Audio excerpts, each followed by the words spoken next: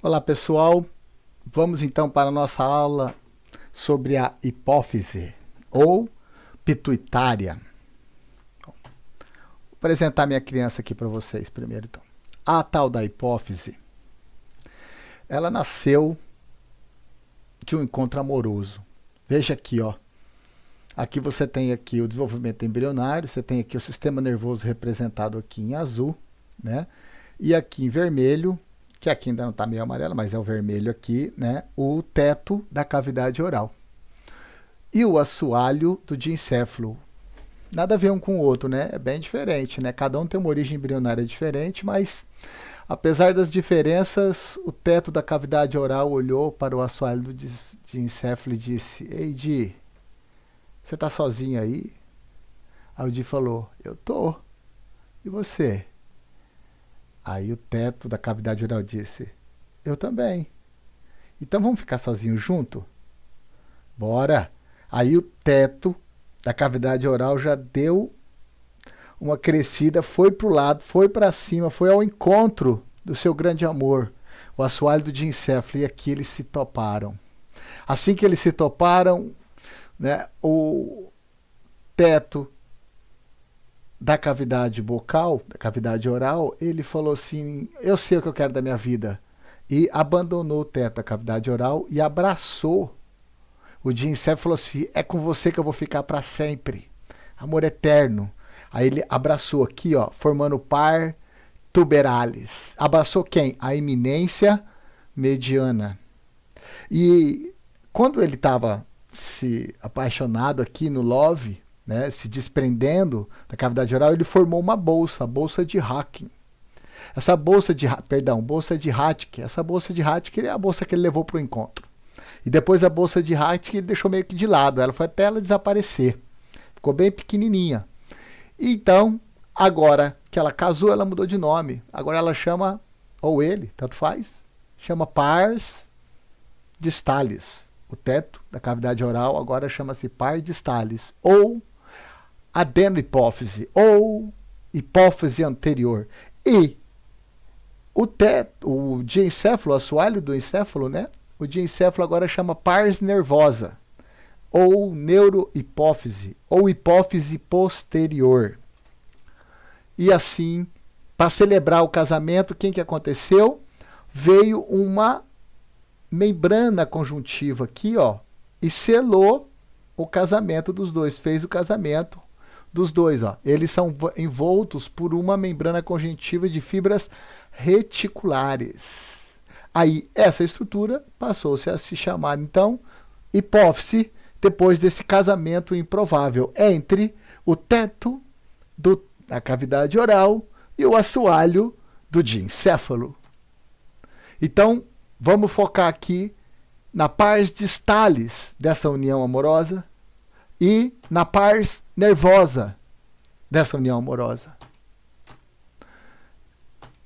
Aqui está ela, em sua fotomicrografia. Aqui a pars distalis, ou adenohipófise. Aqui a pars nervosa, ou neurohipófise. Aqui a pars intermédia, esses asteriscos aqui são apenas folículos da pars intermédia. A pars intermédia no ser humano ela se rudimenta, fica atrofia e não tem função, não.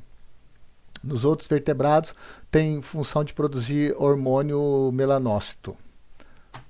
Bom, só que a hipófise não vive sozinha. Ela manteve a sua conexão, embora tenha se desprendido da cavidade bucal, ela não se desprendeu do sistema nervoso. Então, a hipófise ela é presa ao hipotálamo, formando uma estrutura que a gente chama de sistema hipotálamo hipofisário. Por quê? Porque tem essa parte aqui, ó, que é o hipotálamo, que é formado por neurônios. Ó, aqui são neurônios, aqui são neurônios.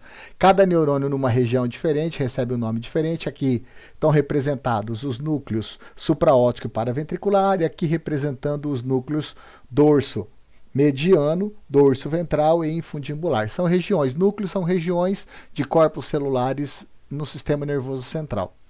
Né? Então, você está representado em amarelo aqui, ó, a base do encéfalo, né? A base do hipotálamo. Tá vendo aqui? O hipotálamo. E aqui embaixo nós temos a hipófise com a neurohipófise, ou pars nervosa, e a adenohipófise, ou pars distalis. Ok? Ok. Vamos entender o seguinte. Aqui nós temos dois sistemas funcionando. Um sistema para a hipófise posterior, outro sistema para a hipófise anterior. Vamos falar primeiro da hipófise posterior, que é mais simples. Veja, esses neurônios aqui, que estão nos núcleos paraventriculares supraóticos, eles produzem dois hormônios, vasopressina e ocitocina. Esses hormônios, eles são produzidos dentro do corpo celular desses neurônios. Por isso, esses neurônios, além de serem neurônios, eles também são glândulas endócrinas. Eles têm uma vida dupla, uma dupla identidade. Eles operam como neurônio, mas eles também operam como glândula endócrina. E o hormônio que eles produzem, ele viaja por dentro do corpo deles por um transporte chamado transporte axonal, ou seja, dentro do axônio.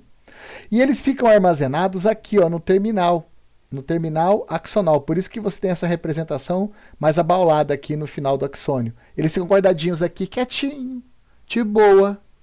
Não mexe comigo, que eu estou de boa. Ele está aqui. Quando vem o impulso nervoso se propaga pelo axônio, e quando chega no terminal, esse impulso nervoso provoca o quê? A liberação dele. Quem? A ocitocina e a vasopressina, que aqui está sendo representado por essa bolinha com triângulo. Na onde eles são liberados? Eles são liberados no fluxo sanguíneo de quem? Da artéria hipofisária inferior. Aí a artéria drena, então, esses hormônios para a veia, que vai para a circulação sistêmica. Tá vendo aqui, ó? Esse triângulo, né, representa, então, os hormônios produzidos aqui no hipotálamo, liberados para a corrente sanguínea na região da pars nervosa. Note que pars nervosa não é uma glândula. Não, você não tem glândula aqui, não tem célula aqui. Tem célula, mas não tem glândula. Né? A glândula é o neurônio. Aqui, só o lugar onde o hormônio salta do neurônio para a corrente sanguínea. Não fica na neurohipófise. A neurohipófise é just a place. É um local apenas. Ok? Onde é liberado o hormônio, e esse hormônio vai feliz pela corrente sanguínea. Diferente desse sistema, né, nós temos o sistema entre o hipotálamo e a adenohipófise, que recebe um nome que se chama sistema porta-hipofisário. Já vou explicar por que esse nome porta. Por enquanto, vamos entender como ele funciona. Bom, em parte, ele guarda uma certa semelhança. Por quê? Porque ele também trata de neurônios, que são neurônios e também glândulas endócrinas, que vão produzir o quê? Hormônios. Só que esses hormônios aqui são hormônios produzidos em quantidades bem pequenas. E esses hormônios não vão para a corrente sanguínea como esses aqui, que são liberados aqui na hipófise, na artéria hipofisária inferior, e vão para a corrente sanguínea. Não. Esses hormônios pequenininhos aqui, eles recebem o nome, antigamente recebiam o nome de fatores liberadores, isso aqui já é uma coisa antiga. Hoje chama hormônio hipofisário. Fatores é um nome que a ciência inventou para dar nome a alguma coisa que ele não conhece. Fator, eu não sei o que é. Pode ser um hormônio, pode ser uma outro tipo de substância, né? Então, como ele não sabe se a ação é endócrina, parácrina, ele não conhece direito, ele fala fator. Então, fator é um nome bonito para uma coisa que você não sabe o que é.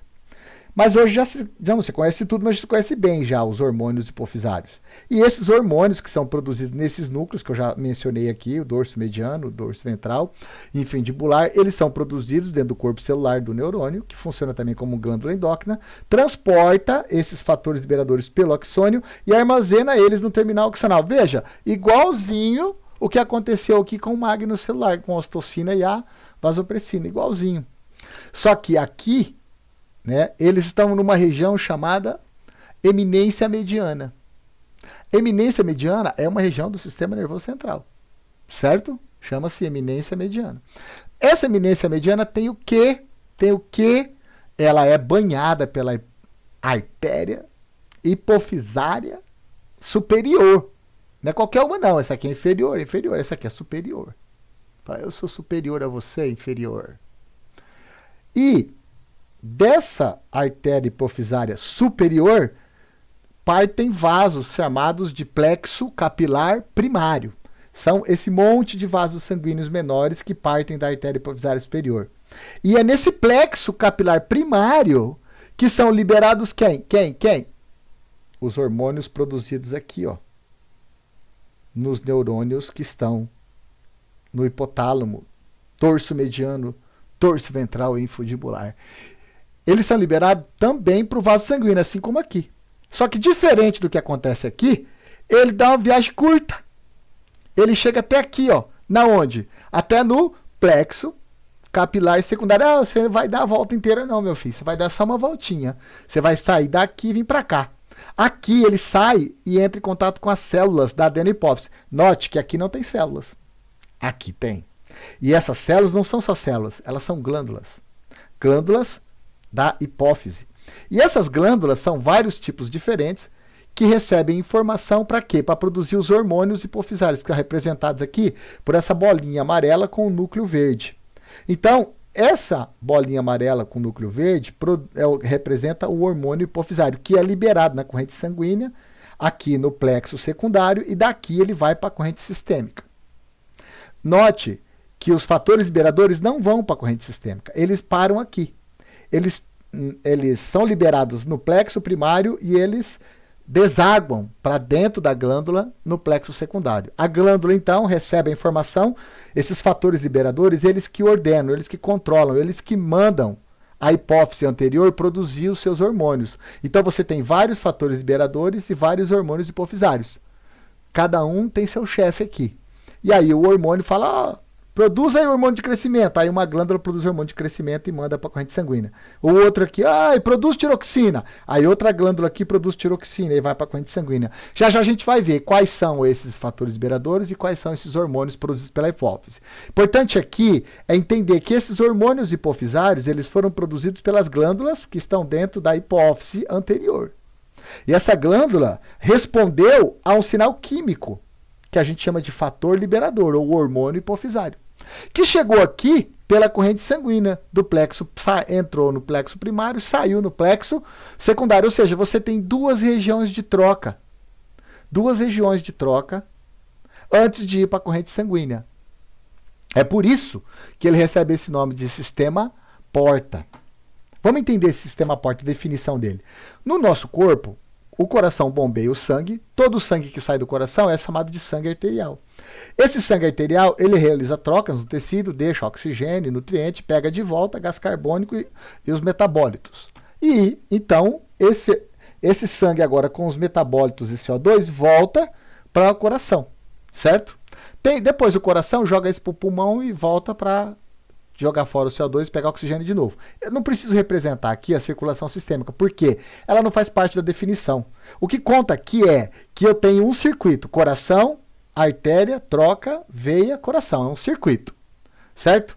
E nesse circuito eu tenho um sistema de troca só. Assim acontece com os nossos músculos, assim acontece com todos os órgãos do nosso corpo, exceto dois sistemas que a gente chama de sistema porta. Quem são esses dois sistemas portas? São sistemas em que você tem duas trocas antes de cair na recirculação sistêmica, né? Por isso que ele chama de sistema porta. Imagina seu vizinho. Seu vizinho não precisa sair da casa dele, pegar o circular, entrar todo o sistema para depois voltar e entrar na tua casa. Ele é seu vizinho. Ele atravessa aqui, ó, e entra na tua casa. Ele não precisa ir lá na rua. Ele não precisa ir para o sistema. Ele é seu vizinho. Então, quando você tem um sistema porta, é quando o nutriente sai de um lugar, vai para o outro sem participar, sem passar pelo coração, né? Onde tem isso? Olha, o primeiro sistema, o sistema maior que em relação a esse de sistema porta que existe, é o porta hepático. Os nutrientes que você absorve durante a digestão lá no intestino, eles são metabolizados, ali tem uma troca, onde ele sai do aparelho digestivo e entra no sistema circulatório, é uma troca, os nutrientes entram ali, aí eles são metabolizados na onde? No fígado. E depois de ser metabolizado no fígado, é que eles vão para a circulação sistêmica. Então você tem dois sistemas de troca, por isso se chama sistema porta hepático. E o outro sistema que tem duas trocas sem ir para a circulação sistêmica é o sistema porta hipofisário, que acontece entre o hipotálamo e a hipófise, através dos hormônios hipofisários, que são liberados na eminência mediana, mais especificamente no plexo primário da artéria hipofisária superior. Eles viajam por dentro desses vasos até o plexo secundário, onde são liberados dos plexos secundários e penetram na onde? Nas células da hipófise, ou seja, nas glândulas da hipófise. Essas glândulas recebem essa sinalização e passam, então, em resposta a essa sinalização, produzirem seus hormônios, que vão liberados aqui também no plexo secundário, só que agora esses vão para a corrente sanguínea. Ok? Por isso que chama sistema porta-hipofisário, porque você tem dois sistemas de trocas e essa troca ocorre sem que se passe pelo sistema circulatório principal, assim como no sistema porta-hepático. Aqui é o sistema porta-hipofisário. Nas próximas aulas, a gente vai falar sobre os hormônios hipofisários e os fatores liberadores, e depois a gente vai falar sobre os hormônios da neurohipófise, e é isso aí, pessoal.